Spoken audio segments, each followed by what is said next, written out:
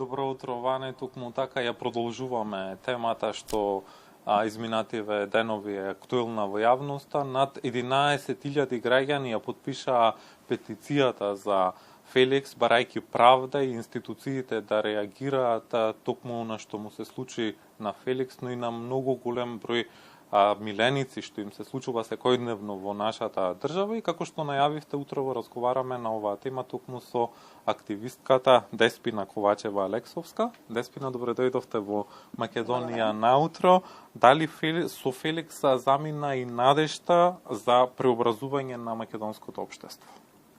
Апсолутно не. Јас лично сметам дека е сосема спротивно, дека Феликс е иницијалната каписла која што ни се случи, од причина што, како што кажавте, собрани се над 11.000 подписи за Феликс, што не се сеќавам дали сме имале некогаш толкав број на луѓе, без разлика дали се активисти, љубители на миленици или луѓе кои што немаат миленичиња, и ја следат активно целата таа ситуација и верувам дека се во исчекување на како целата ситуација би се развила од моментот кога Феликс беше нападнат, кога беше извадена снимката, па се до целата работа која што сите луѓе беа вклучени во лајка за да го спасат, од новинари, работени во лајка, и мислам дека секоја чест за сите кои што беа вклучени. Колку сегашните стратегии што ги има во државата може да помогнат за бездомните миленици? За оваа работа морам да ги пофалам Агенција за храна и ветерина. Они пред некоја година има бесплатно чипирање кое што можеше да се чипира миленик кај ветеринарите, и тоа е одличен начин, поради тоа што не можеме ние да го решиме проблемот со бездомни доколку ние немаме информации колку ние живи моментално домашни миленици имаме. Дали ние воопшто имаме некоја статистичка бројка на моментално живи кучиња, веќе се задржам на кучиња и на мачиња. Поради тоа што ние треба да следиме колку од нив се моментално живи, колку се угинати, починати, кое што бројка треба да се извести исто кај матичниот ветеринар, нажалост колку од нив се напуштени и изгубени, и за тоа кога више ќе ги следиме тие бројки ќе можеме да излеземе на крај со бездомните миленици. Исто така многу помага стерилизацијата.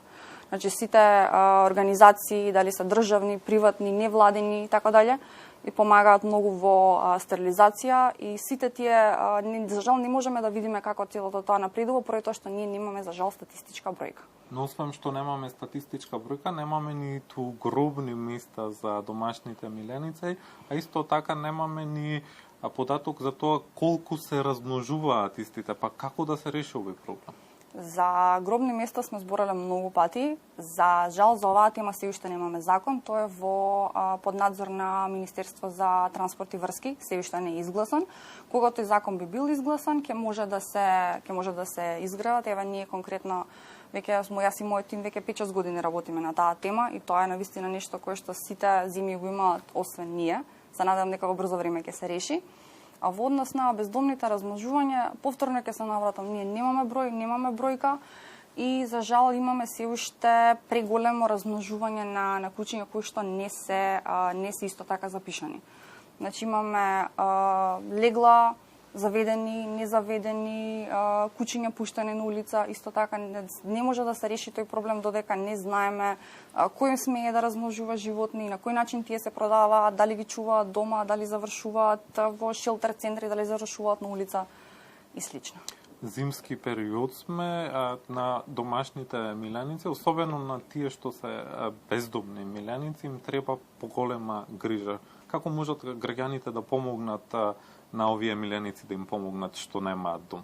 Верувам дека сите шелтер центри, државни како лајка или невладини, би биле среќни доколку може некој да донира. Најчесто се бараат донации како храна, тангирчиња, во овој период кебиња, јоргани стари. Многу често во лајка сме сведоци дека имаат отворени донации. Исто така знам дека на памет ми се шепасти ентузијасти, Викторс, Арк, Кане Корзо, секогаш имаат потреби и објавуваат јавно на нивните Facebook, на нивните социјални медиуми, или пак веб страни, така да тоа е одличен начин да се помогне не само зима, туку и во било кој период од годината. Така, на крај на нашиот разговор, Деспина, како граѓаните да ја зголемиме свеста кај граѓаните за поголема грижа кон домашните миленици, особено кон оние што се бездомни миленици? за старт, едукација е нешто кое што сметам дека ни фали и би било многу добро доколку имаме почеста. И нешто што ми е многу драго што го гледам во последно време е позитивното влијание на медиумите, односно веста која што се прошири за Карев прво Pet Friendly школа, исто така Дино што е прво терапевтско куќе на ТАФ аеродромите. Тоа се одлични вести кои што на некој начин не охрабруваат за да имаме поголема емпатија и сочувство кон животните и со тоа да развиваме поголема емпатија не само кон кучиња, мачиња, туку и било кое животно. И сметам дека одлична идеја да се прават се почесто и почесто настани од јавен аспект, како што беше еве сега ветеринарна амбуланта правеа на Зимзоленд, игри, интеракции, едукации, лајка прават редовно во парк, мислам дека беше Маскембел и нешто друго ако заборавам, извинете.